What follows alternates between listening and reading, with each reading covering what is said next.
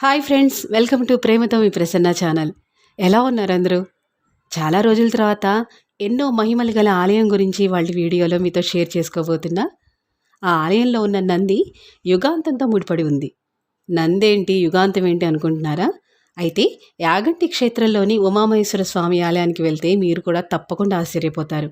ఎందుకంటే అక్కడ నంది విగ్రహం ఏటేటా పెరుగుతుంది. అంతేకాదు, ఈ నందితో యుగాంతం కూడా ముడిపడింది. కర్నూలు జిల్లాలో సుప్రసిద్ధ ఆలయంగా పేరొందిన ఈ ఆలయం ఎన్నో మహిమలు గలదని భక్తుల విశ్వాసం. ఇందుకు పెరుగుతున్న నందే నిదర్శనని భక్తులు చెబుతుంటారు. ఈ క్షేత్రం కర్నూలు నుంచి సుమారు 100 కిలోమీటర్ల దూరంలో ఉంది. కర్నూలు, బనగానపల్లి, నంద్యాల నుంచి యాగంటి క్షేత్రానికి నిత్యం బస్సులు అందుబాటులో ఉంటాయి. ప్రకృతి అందాల మధ్య కొలువుదీరిన ఈ క్షేత్రం భక్తుల్నే కాదు, పర్యాటకులను విశేషంగా ఆకట్టుకుంటుంది. అయితే ఈ ఆలయంలో ఉన్న నంది విగ్రహం ఎలా పెరుగుతుంది, దీని వెనుక ఉన్న మిస్టరీ ఏంటి తెలుసుకునే ముందు తప్పకుండా ఈ ఆలయ చరిత్ర తెలుసుకోవాల్సిందే. యాగంటి ఆలయం ప్రత్యేకమైంది. కొన్ని వందల సంవత్సరాల కిందట దక్షిణ భారత యాత్రలో భాగంగా దక్షిణాది వైపు ప్రయాణమైన అగస్త్యుడు బనగానపల్లికి 10 కిలోమీటర్ల దూరంలో ఉన్న నల్లమల్ల కొండల మధ్య వెంకటేశ్వర స్వామి ఆలయాన్ని వైష్ణవ పద్ధతిలో నిర్మించారు. ఆలయంలో ప్రతిష్ఠించేందుకు తయారు చేస్తున్న వెంకటేశ్వర స్వామి విగ్రహాన్ని చెక్కుతున్న సమయంలో బొటనవేలు విరిగింది. అవయవ లోపం ఉన్న విగ్రహాన్ని ప్రతిష్ఠిస్తే కీడు తప్పదని భావించిన అగస్త్యుడు తాను చేసిన తప్పును తెలుసుకునేందుకు ఘోర తపస్సు చేస్తాడు. దీంతో శివుడు ప్రత్యక్షమై విగ్రహానికి నష్టం కలిగిందని చింతించొద్దు అని, ఈ ప్రాంతం తన కైలాసాన్ని పోలి ఉన్న నేపథ్యంలో తానే కొలువు తీరుతానని చెప్పి ఉమామహేశ్వర స్వామిగా వెలుస్తాడు. దీంతో అగస్త్యుడు వెంకటేశ్వర స్వామి విగ్రహాన్ని ఆలయం పక్కనే ఉన్న కొండ గుహలో పెట్టి ఉమామహేశ్వర స్వామి విగ్రహాన్ని ఆలయంలో ప్రతిష్ఠిస్తాడు. ఈ విగ్రహాన్ని ప్రతిష్ఠించిన కొన్ని రోజుల తర్వాత చిన్న నంది విగ్రహం స్వయంగా వెలిసినట్టు స్థల పురాణం చెబుతుంది.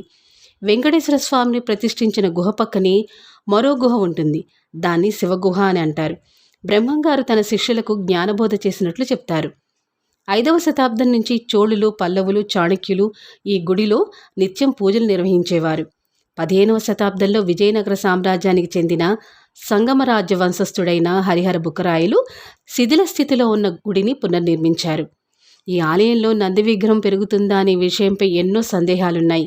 400 ఏళ్ల కిందట ఈ నంది విగ్రహం చాలా చిన్నదిగా ఉండేదని, భక్తులు దాని చుట్టూ ప్రదక్షిణలు కూడా చేసేవారని చెప్తుంటారు.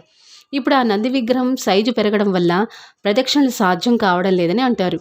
అయితే నంది చిన్నగా ఉన్నప్పటి చిత్రాలు కానీ, వీడియోలు కానీ లేకపోవడం వల్ల చాలామంది అది అసాధ్యమని కొట్టుపడేస్తారు. కానీ ఆ నంది సైజు పెరగడం నిజమే. భారత పురావస్తు విభాగం అధికారులు జరిపిన పరిశోధనల్లో పలు ఆసక్తికర విషయాలు తెలిసాయి. 20 సంవత్సరాల వ్యవధిలో ఈ నంది విగ్రహం కేవలం 1 అంగుళం మాత్రమే పెరుగుతుంది.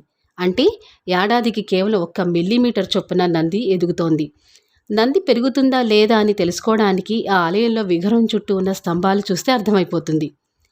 కలియుగాంతంలో యాగంటిలోని ఈ నంది లేచి రంకలేస్తుందని శ్రీ వీరబ్రహ్మేంద్ర స్వామి కాలజ్ఞానంలో వెల్లడించారు. అందులో పేర్కొన్నట్టుగానే ఇక్కడి నంది రోజురోజుకు పెరుగుతుందని భక్తుల విశ్వాసం. అంతేకాదు, ఈ నంది విగ్రహంలో జీవకళ ఉట్టిపడుతుంది, లేచి రంగలేయడానికి సిద్ధంగా ఉన్నట్టుగా కనిపిస్తుంది. ఈ ఆలయంలో ఒక్క కాకి కూడా కనిపించదు. దీనికి కూడా ఒక కారణం ఉంది. పూర్వం ఈ ప్రాంతాన్ని దర్శించిన అగస్త్యుడు విగ్రహం బొటనవేలు విరగడం వెనుక తన లోపాన్ని తెలుసుకోవడానికి తపస్సు చేశాడనే సంగతి తెలిసింది. ఆ సమయంలో కాకులు ఆయన తపస్సుకు భంగం కలిగించాయి.